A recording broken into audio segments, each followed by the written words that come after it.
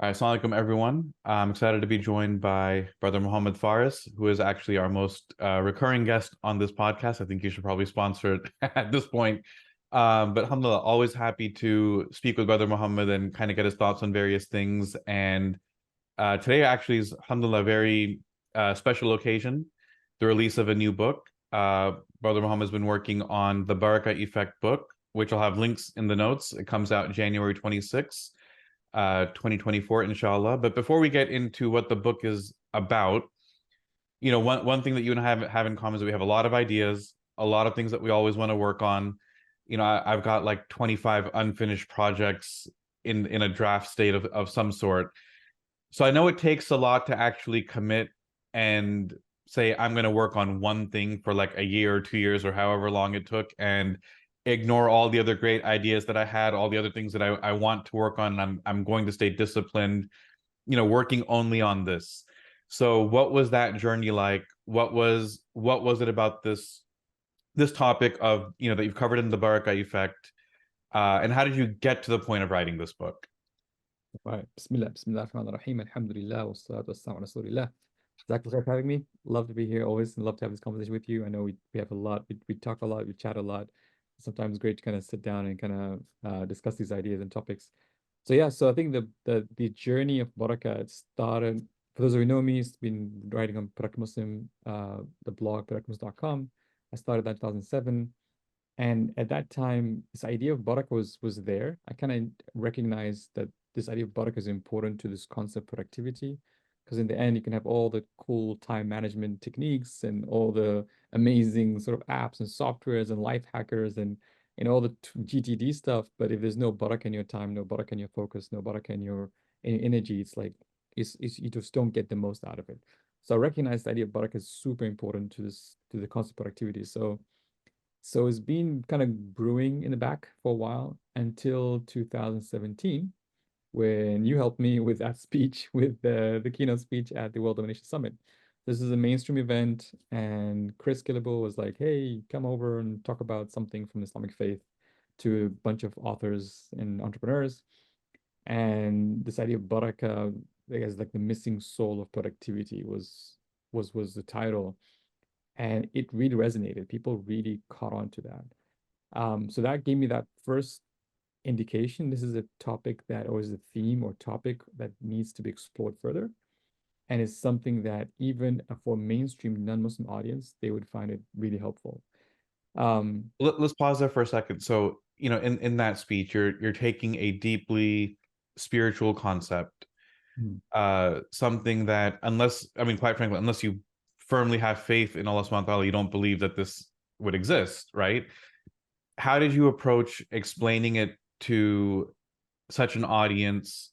How, kind of what did you say that made it resonate? How did you explain it to them? I think the first thing, I think this is the intention when we went out there to give the speech, is to be very clear to that this is a spiritual concept, right? I didn't go there trying to water it down. I think a lot of times when we want to explain Islamic concepts to a mainstream audience, we tend to want to water it down or remove the spirituality out of it. So, "Oh, it's okay. As long as I believe in something, believe in the universe, something, then it works." But I think we just went there with that. So they said, well, this is who we are, this is what we believe in. This is the sort of the key idea, like believing God is part of the idea of Barakah.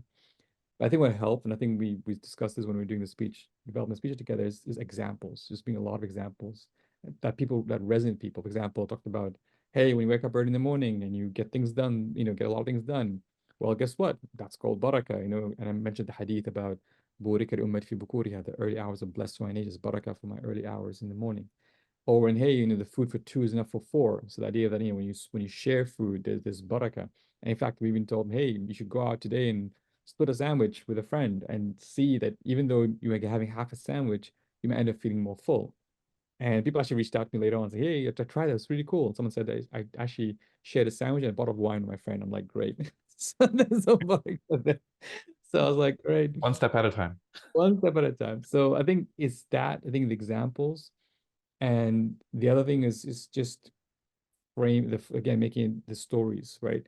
Tire Camel, I brought the Tire Camel story. There's a few stories that I shared. I think that really it clicked. So people say, what? I understood this whole Baraka thing is about. It made sense. So that really helped. So back to the story of the book. So 2017, so initially I thought probably this might be a topic I might write for the mainstream. But then 2018 came and I wrote the article Baraka Culture versus Hustle Culture. And that also took off, especially among Muslim circles. People really resonate with that. The idea of Baraka culture, hustle culture, they get putting a name to what they're experiencing in life. They're like, yeah, we struggle with hustle culture, things are crazy, the go, go, go. And this seems like an antidote. So that so that was like another kind of push that there's something here that people really resonate with. So spoke about a culture, released the Baraka Culture Manifesto, which is like 100 words that capture Baraka culture. Again, that people resonate with that as well.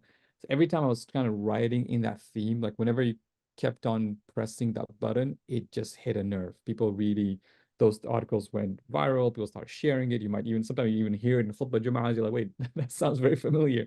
So people started sharing. So I realized there's something here.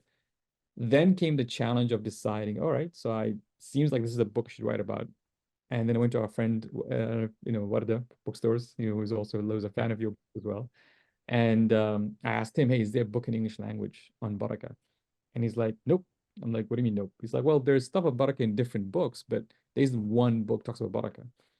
And I'm like, and he's like, and of course gives me the classic look and says, maybe you should write it. And I'm like, don't do that, right? That's like, that was always when he puts on the spot, you're like, hey, Leafwater, you should write it. So then I realized, okay, I need to write this book. Then I was stuck on this idea, should I write for the mainstream versus all right for the Muslim audience? And I think I sat on that for about a year. Like just read because number one, I got interest from a mainstream publisher who actually attended the keynote 2017. Uh, And they wanted to give me a publishing deal. Like, hey, we like this idea, we want to write a book with us. But I knew at that time I don't have the skill or the language or the ability to explain the spiritual concept to a mainstream audience. Yes, I mean made it in a 20-minute speech, but in a whole book, I felt like that was a tough call. So I really struggled. So one year I'm struggling with this. I'm like, I should write this book or not? Mainstream versus Muslim. And then I met a few of my friends, Peter Gould, Chris, and we had kind of like a middle mastermind.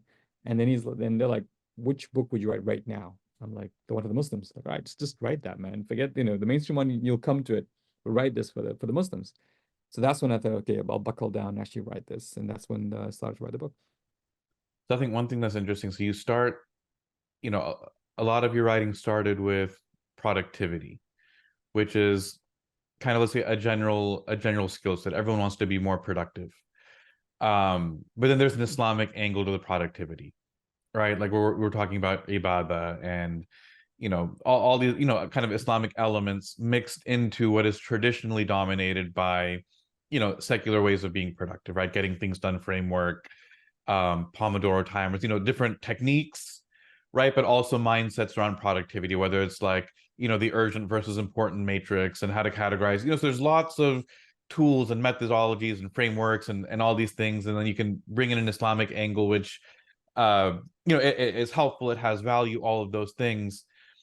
But I feel like part of the journey now is going from those tools were nice, but now we've worked our way actually to the deeper issue.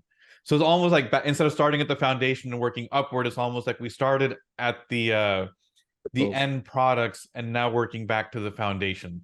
So Yeah. what has that thought process and journey been like, of going from, okay, here's, because it's like, here's the things that are look like they're helping me day to day, and they are, and they're working, but now actually assessing, well, what's the actual mindset and belief at the root of all of that.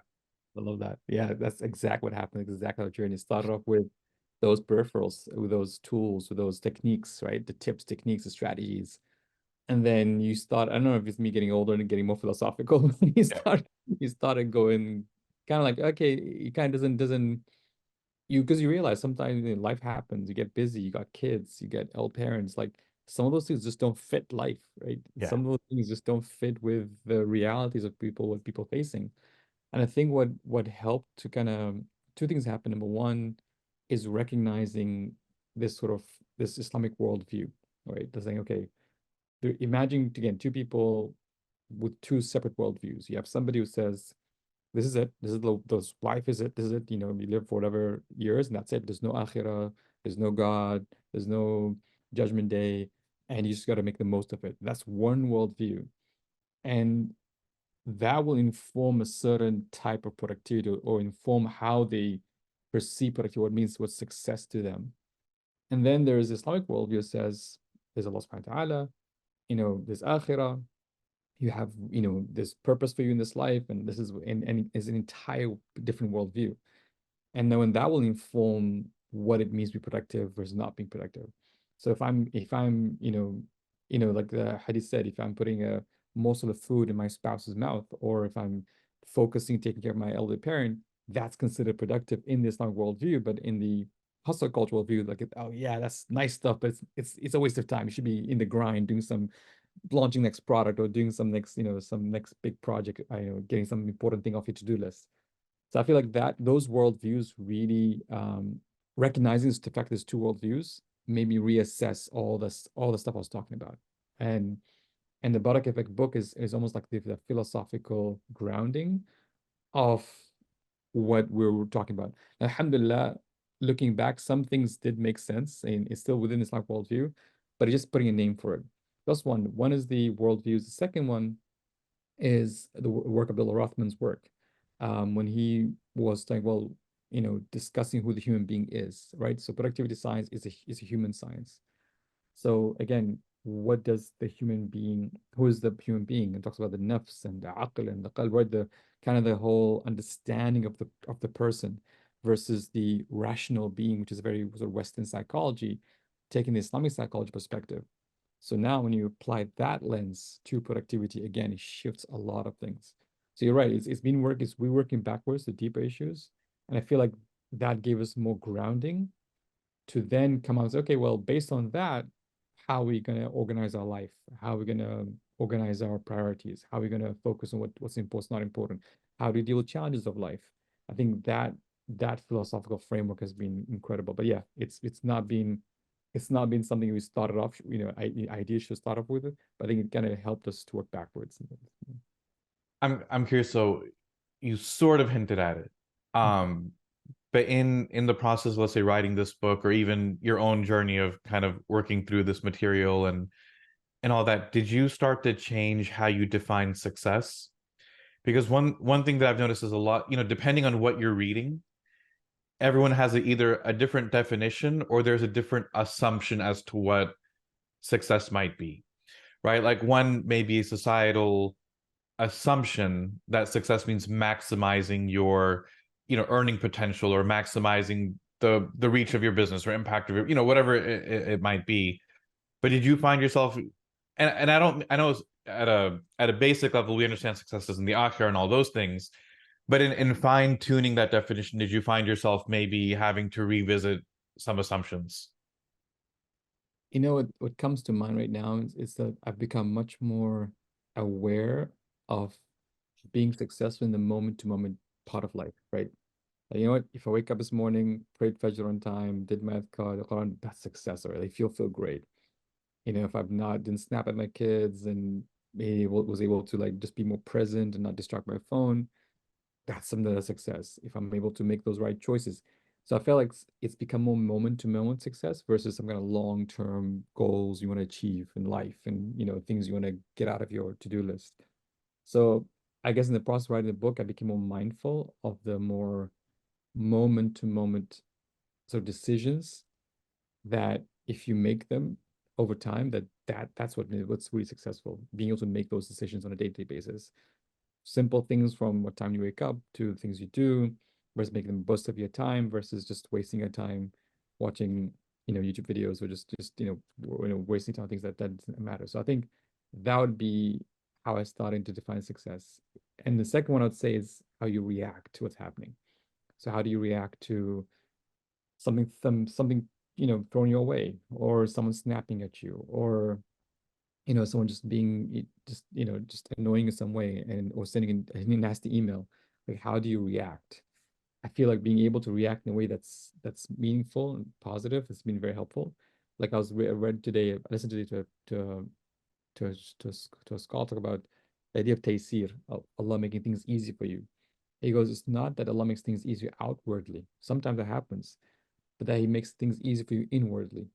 So you're going through this really rough time, but you're just not as stressed about it. You're not as like you just alhamdulillah, you're taking it easy, despite it being like a humongous difficulty. I think that by itself is huge success, because then you can go through anything in life and still make it through, so to speak. One of the things I found interesting was a lot of what you sort of arrive at in Barakah effect. And I feel like this is kind of like a common, every Muslim kind of has this complaint that like, well, the world is catching up to the things that we already believed, Mm. right? And I think, one of the things that comes with hustle culture and kind of a daily grind and all of that, and you start to see pushback. I think one of the articles that you mentioned when you wrote, Barakah culture versus hustle culture, I think that was, if I'm not mistaken, it was a response to an article in the Atlantic about workism. And I forgot the author's name. Thompson. Huh? Derek Thompson. Derek Thompson, yeah. And it and that article resonated with a lot of people because they were like, "Oh, this is what we're falling into, and we don't like it." Um, but at the same time, a lot of what's happening in society, we just kind of we're falling in without really assessing. And what's interesting is one thing that you mentioned in the book is similar to something that I've also read uh elsewhere, like in completely, let's say, like a not an Islamic, in a secular book, which is this idea that, you know, before, the aristocracy, like the sign of wealth and being elite, and kind of being the upper crust of society, was that you didn't work, right? You were a fat cat. You just rolled out of bed. You had a team of people catering to your every need. You went into your grand dining room and food was served to you, and then you kind of went out, relaxed, had recreation, came back, you were served another meal, and you just didn't lift a finger to do anything, right? Your laundry was done, your meals were made, your bed was like, that was the sign of aristocracy. And now, fast forward, and in the very recent past, for us, like 10 years might seem like a long time, but in the grand scheme of things, 10 years is a drop in the bucket in terms of social trends. But now the sign of aristocracy is actually that you're never off, right? The sign is that, oh, the billionaire is responding to emails 24 hours a day, and so therefore you've got no excuse. The people who have the most successful businesses are the ones who are producing the most content, and the ones who are, always on and engaging with their customers, or responding to people on social media, or they're, in the office from morning to night. um how does kind of what did you see that was interesting to you, and then also in challenging and overcoming that mindset, because it has become a norm in some respects. Yeah, no, 100%. It's funny, the first time I heard that, like, the fact that we live in a weird time where the rich are choosing to work, is actually from Sayyid Muhammad Naqib al-Attas, who's actually almost like a Malaysian Islamic philosopher who wrote about secularism in Islam. There's a great book on secularism in Islam. And he was talking about, like, is ahistoric is weird. The weirdest thing I've noticed so far is seeing the rich wanting to work. Right? He's like that's so weird. And it's and then also the article on the workism, same thing, that the rich is choosing to work. And like you said, because people start to derive meaning and purpose from work. Work has become a religion. Think about, what is the role of religion? It gives you purpose in life, it gives you community, it gives you values that you live up to. So in the absence of religion, it's like, all right, then work becomes the centerpiece of my life. And that's the purpose of my life. The community is my colleagues and my customers, my client, my shareholders, my stakeholders, right? And the values of, like, hey, if the more you work, the more you get promoted. If you pull out all-nighter, amazing. You're a hustler. We'll give you more promotion. We'll give you the big paycheck, the bonus check. So that becomes a definition. Now, what's interesting is that the Muslims who supposedly have understand what the purpose in life is have fallen for that trap.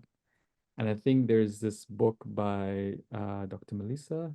She wrote about inventing laziness, and she spoke about how in the Ottoman Empire, when you look like books of morality, which are like self-help books of that time, for up 16th, 17th, 18th century, they were very much about, what, have sufficient income for yourself and your family, focus on, have tawakkul, have ibadah.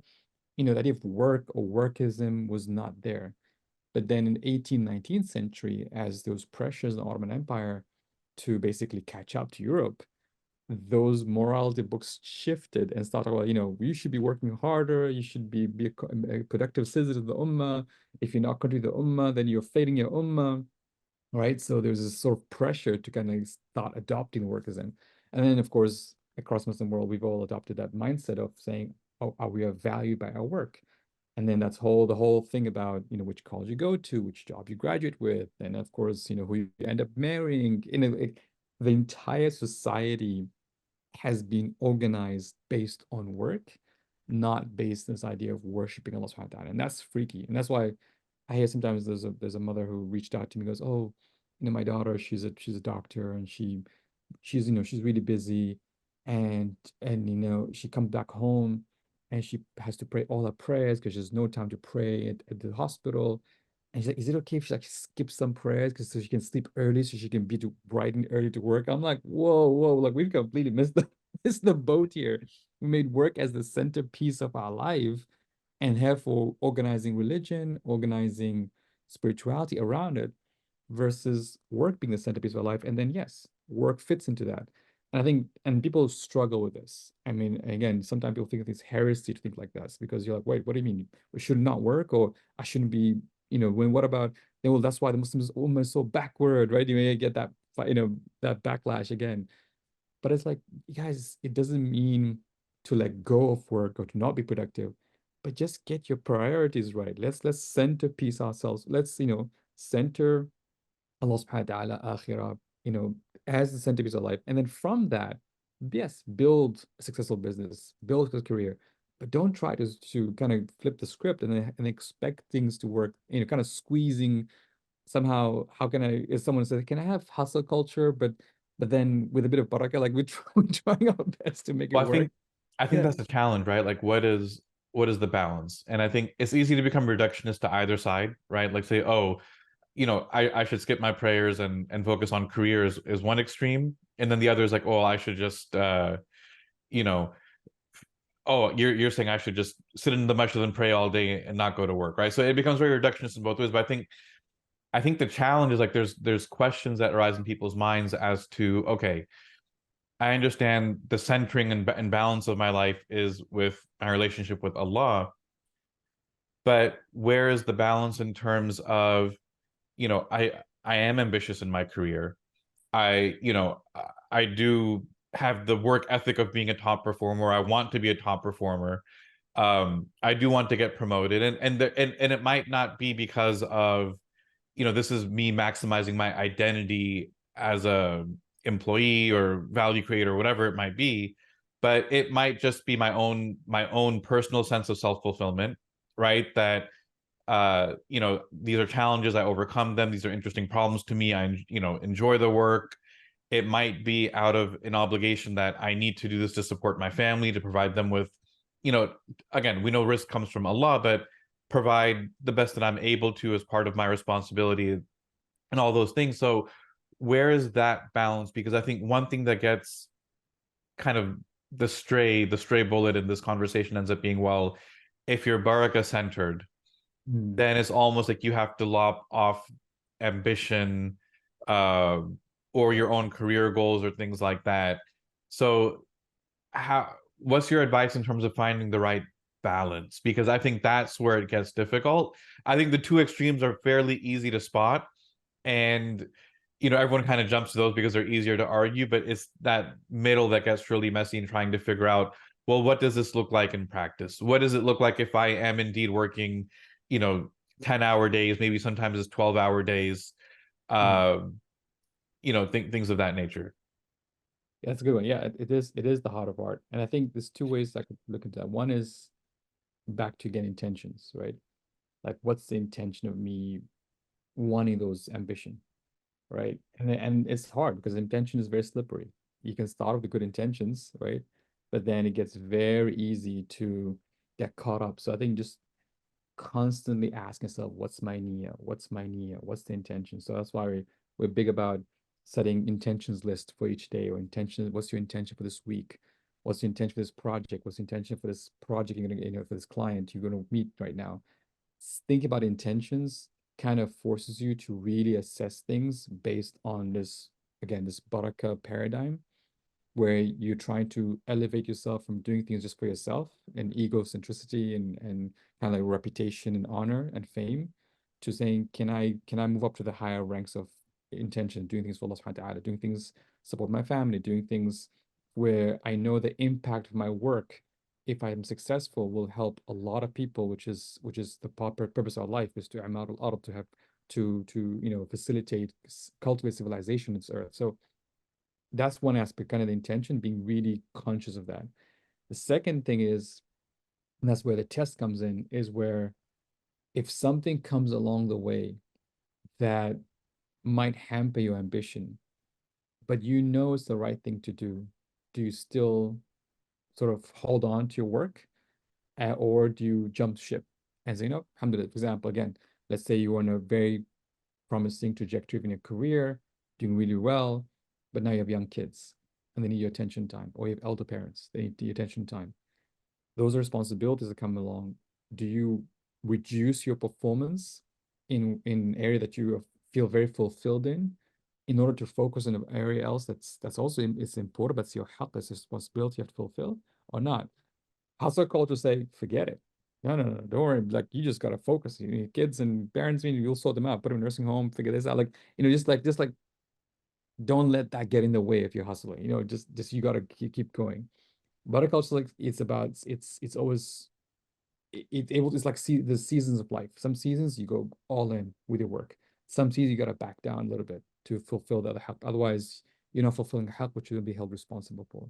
So I feel like that's where the two, maybe the two way to balance it. One is intention, other one is recognizing seasons of life and saying, am I at any point in time, is this the best use of my energy, my focus and time, given my ambition, given my responsibilities, given the areas of life that I've been set up for?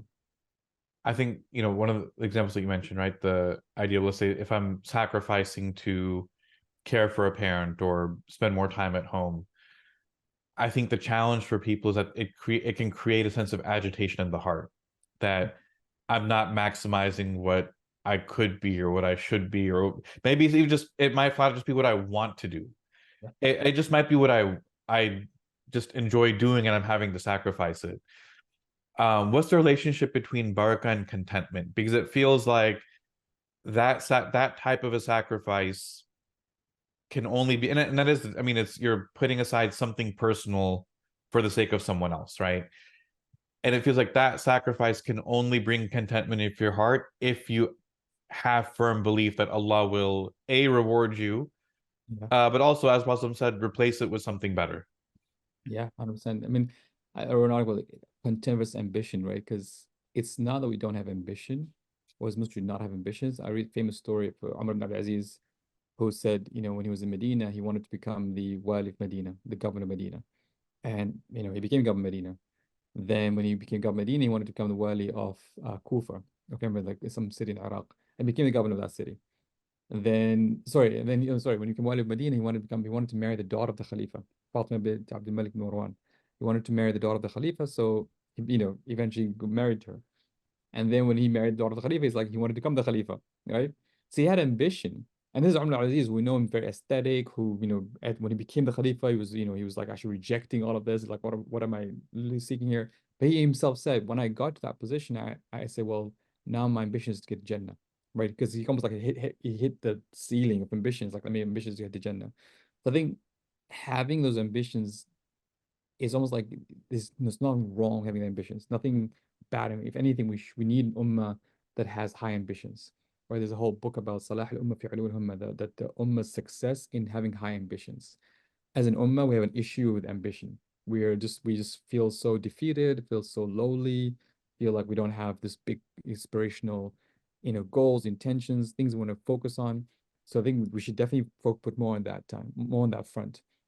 But while we're trying to get to our ambitions, when things get dealt, right, cards get dealt on us, a sickness, an elderly parent, a young child in special need, how, having the contentment to be able to say, all right, okay, this is my ambition is there, but this is the challenge I have now, which I need to tackle with.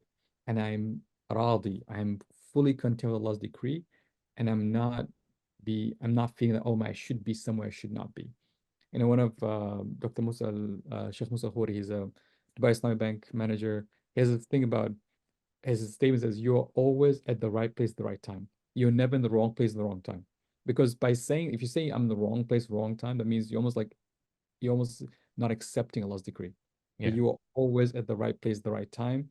The question is, how do you react, right? Like I said, having the internal calmness, internal contentment, internal belief that, you know, Allah, you placed in front of me for a reason. I'm focused on this, while still having the ambition, while still having the full intention to fulfill your ambition. And sometimes you might not be the one who fulfills your intention, but someone else would come after you and fulfill that intention for you. There's always that element of well, inshallah. One of the, I think one of the challenges with those mindsets, with a Baraka culture, right, is that sometimes it's going to be, or not sometimes, most of the time, it's going to be at odds with what are the prevailing norms or values of society. Where do you see kind of the biggest conflicts between Baraka culture and that? And I don't just mean like, oh, capitalism versus, dunya versus akhira. I don't mean just that, but I mean kind of maybe a little bit deeper in the sense of where are those Baraka challenges and how do we, be more intentional about correcting our mindset to align with those Baraka values. Yeah, it's why it's one of the challenges of this is that, like I said, it's a culture, right? Culture is not a personal thing. Culture means society. Culture means family. Culture means people around you. If you want to adopt about a culture, but then it's your whole family is pushing you in the hustle culture environment, it's hard, right? If you want to adopt about a culture, but your whole company is very hustle driven, it's hard. So I think that's why I kept saying it's culture. And I was making the argument in the book that this culture was prevalent. Right now it's an anomaly that we're not living that culture, especially in the Muslim majority countries, the Muslim majority world, because we've lost that compass that makes us feel confident that what we have is meaningful, what we have is something that people should emulate and find beneficial, find benefit. So I think that's the first thing. The second thing would be um, whether, again, it's almost like ask, that's why I try to use these little tools like what's your intention versus what's your to-do list, right? Think about, I talk about this intention versus and what's your impact versus Well, just can, what. can I pause you for a second? So, okay, so we've mentioned intention a few times. No one is ever going to assess and kind of self-assess a bad intention. Or not often, or maybe sometimes we're not going to be super honest with ourselves. Yeah. How do we assess our intention? How do we do it Yeah. honestly? Because I think that can be difficult. Because I'm not gonna be like, hey, you know what? I'm attending this conference because I want to get richer, or whatever. I'm always going to, even in a self-assessment, try to give myself something that makes myself look good, right? That's the nature of the ego of man. But how do you self-assess intention? Because I understand the importance of it, right? But I think a lot of times people will hear it and it just sounds like, so we've heard about intention a million times throughout our lives. Like, why do you keep harping on this intention thing? How do we actually start to self-assess and make some progress with that? Love that. So I have three tests. The first one, I call it the criticism test. When someone criticizes you on that project or that article or that email or that thing you're involved with, how do you react? Do you like get really worked up, really annoyed? Do you think, oh my God, who does this person think they are? And da da da da. Or do you, all right, yeah, feedback hurts. Sometimes the feedback is negative feedback and can knock down your confidence. But you're like, there's something here I might need to learn about myself, or there's something here that's important. I should take it. If you have the right intentions, you'll take that feedback, assess it. If it's legit, you'll incorporate it. If it's not legit, you'll just discard it without getting really worked up about it. A lot of times when we get criticized for things, we find it hard to stay calm. We find we take it personally. So that's the first. So that's the test. Me tested intention. If it's for Allah subhanahu wa ta'ala's sake or for akhirah's sake, you should be able to absorb that intention, absorb that criticism without affecting your effort or intention or wanting to. Some people give up. If you get criticized, they just give up on the whole thing. Like, oh, forget it. That's just too much. The second one is the what if it fails? So say you start a project, you go to this conference, you take and it completely fails. will you still carry on? Will you, if you feel that, let's say you're trying to memorize Quran, right? And you failed so many times, will you still keep going, or will you just say, "Ah, forget it. I'm not meant to memorize Quran." Like the failing, sometimes the failure, does it stop you, or does it just, keep going? If you have the right intention, you'll keep going, even if you quote unquote fail, not achieve success. Last examples, Nuh alayhi salam, right? 950 years calling his people, and quote unquote he failed to convert his people, but he's considered success. Someone else was saying, I've tried for 100, 900 years. Oops, I failed. Like there's no way I could succeed in this. The third test would be, what if you get no benefit out of this? So would you do something? Let's say again, you're taking care of an elderly parent, there's no reward, there's no social media post, you can get a kick out of it. Like there's no benefit you get out of something, right? Will you still do it? Or let's say there's someone who's poor in the neighborhood, and you just go around and help them. No one knows about you. No one knows anything about it. If you get zero benefit from this person, zero benefit from this thing, would you still do it? I think those are three. So those are the three tests I would say that would challenge you to think, okay, is this really for Allah subhanahu wa ta'ala's sake? Is this really for the right thing or not? Um, I remember when again, sometimes if you want to test your own intent, this famous story, Imam Malik, who read the Muwatta, and then he said, "Allah, this is sincerely for you." And he kind of said, "Don't make this book get wet." And he kind of threw it in the river, just like to test himself, the kind of thing. And this is whole like this. I'm gonna show you the real story, but this idea of they were so sincere that they were willing to, they were saying, I'm pretty sure, I'm confident about my sincerity, versus we're not sure, we kept double doubting ourselves. So that was the three tests, I'd say: benefit test, criticism test, what if it failed test, basically. Wow. I know we're coming up on time. Any, you know, as you were writing the book, what was maybe the most surprising thing you learned about Baraka? Or let's say the hardest to implement that you learned? The hardest to implement is intentions, that's for sure. That's the hardest, because it keeps on fluctuating, and again, if you think you're doing Allah subhanahu wa ta'ala's sake, but then someone sends you a nasty email like, "Oh, I get annoyed." So you realize, wait, this is a criticism test, right? You fail that test. That's one for sure. The second thing is, it's sometimes think it's not just the rituals, right? The rituals play a big role to attract barakah, but sometimes not the rituals. It's not only the rituals. Yes, have the rituals, the salawat, the salah, adhkar, the Quran. Those are important source of barakah. This is why when I wrote the book, most people expect me to write a book which was just about these sources of barakah, right? But I kind of put them as appendix. Okay, yeah, these are sources of barakah Or like from you the should book. read Surat Al-Kahf every Friday. You should make this afkar every day. You should, do this. And it's like, okay, cool. I can check all these boxes. Boom. I think it's the And mindset. that's not to minimize the value of doing those things. It's a foundation. Like you have to do them, but you got to build on them. Exactly. The hardest part is the mindsets. For example, abundance minds versus scarcity. We talk about that a lot, right?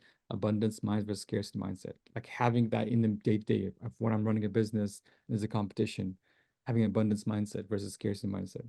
The idea of, for example, sabr and real sabr, right? Where I think there was an example you mentioned, I believe it was in your book, that some of the merchant communities, you know, long ago, if they saw, they were, let's say, all selling similar goods, right? But they saw that, one of the businesses didn't do a lot of business that day, they would go and help out that person, versus kind of being in the cutthroat competition of like, I'm gonna, kind of step on his neck and drive him out of business and take the customers. That's it. So I think that for me is the harder part. Not having hasad, for example, like I'm doing, working with some from organizations, talk about culture issues, culture change, and the word like hasad keeps coming up. Like wow, like hasad is a serious issue where people struggle. Like how do you tackle hasad in a corporate environment, right? In a hustle culture, like yeah, hasad is a fuel, because then you're gonna compete and step out, and you're gonna go and achieve your best result. But the hasad the Arab says al hasud la yasud, like the person who always has hasad will never lead, because he's always trying to put other people down. He won't lead, So, basically. so it's interesting. I think the challenge, and I'm kind of curious as to how you tackle it, but I think I think for me, the hard part about hasad is Mm. that it doesn't crop up on the obvious things. So for example, I'm not going to have hasad of the CEO of the company because that's a completely different stratosphere from where I am. But if my peer, Yeah. who's the same age as me, gets promoted first to just a slightly higher level, as maybe a slightly higher, like it's not life changing, but there's more hasad over that than, let's say, over the person who's making double your income. Yes. Yep. Yeah, yeah. And again, so that's the hardest part about the culture is being those mindsets. When you checking yourself, being introspective, like, wait a second, why am I feeling hasad? That's not healthy. That's not healthy. Like always constantly checking your mindsets, how you think about things, your values. And that's what I said to you in the beginning, like I've realized it's about the moment to moment success. If somebody gets promoted who's a peer and you don't feel hasad, in fact, you actually go out and congratulate him. Or if you do feel hasad, you work on that and you congratulate that person. I feel like that is success. You've mastered yourself there and you've basically opened up a whole door of Baraka in your life. Versus if you just let those things fester, even if you do all the rituals right, mashallah, like you do all the rituals. I remember there's a story of a manager who gave a average performance to one of his to his direct reports. He's giving SPMS and all that. It's called a performance management system, and he gave a low rating deservedly. The guy was not a high performer, and this person over the weekend went to made Umrah. He was living in Saudi. Went to Umrah, made dua. Came back. So the manager came to him next day, and people said, "Oh, by the way, he went to Umrah, made dua that you'll change the rating for him, right?"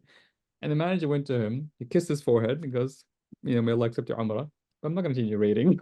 It's like the idea is that yes, we think sometimes just because you are doing these rituals, right, which are important, is foundational, doesn't change the fact that you yourself need to be, step up your game, need to do your best, need to, have the right values, right mindsets, have the right akhlaq. So I feel sometimes we become either too ritualistic, um, that we've forgotten these moment to moment stuff we need to be aware of. Well, I think a large part of it is, and kind of going back to that, the culture element, right?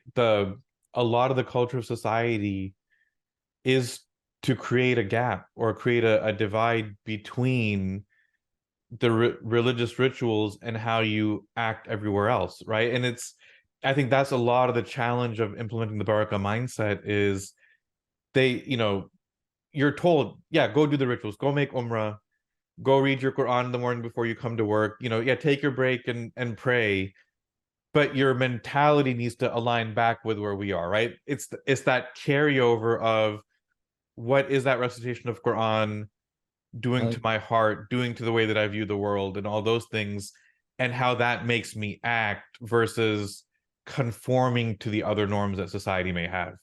100%. And that's the hardest part. There's a complete disconnect between our rituals and our daily. That's why, in a way, the antidote is the one is just step up your rituals. Because if you constantly engage rituals, let's say if you do duha prayers at work, if you do adhkar very often, this like just by engaging rituals more and more often, you're kind of crowding out. You're trying to reprogram yourself as well.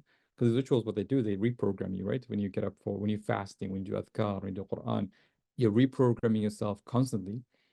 At the same time, it's like obviously put that spiritual goggles on, right? Those the spiritual lens on. So you at work, you're seeing something, you're seeing a decision being made, your boss says something to you, translate that within the spiritual context. Always have that Baraka lens on and like, okay, how would this translate in the Baraka? How do I react in Baraka in a Baraka mindset? And that's why things like intention, things like Baraka mindset, values help you with that.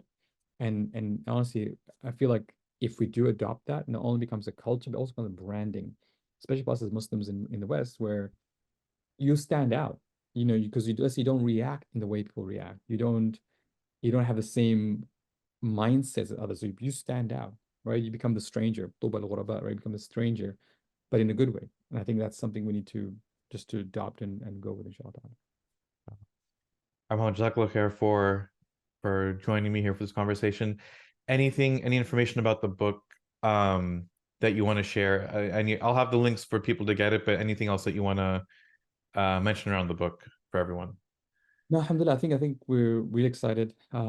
This is a work of many years, and you know, you were involved as well. You helped him. Thank you for also reviewing the book.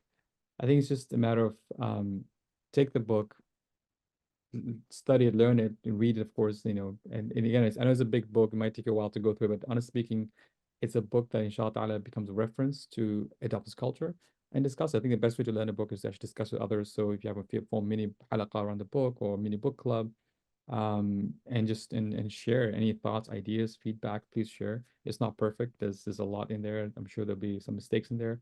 So feel free to reach out to give us feedback. You can put my email address or you know in the show notes as well. Looking forward to getting your feedback, people, about the book, inshallah. Inshallah. All right, jazakallah khair. بارك الله فيك. شكرا. السلام عليكم.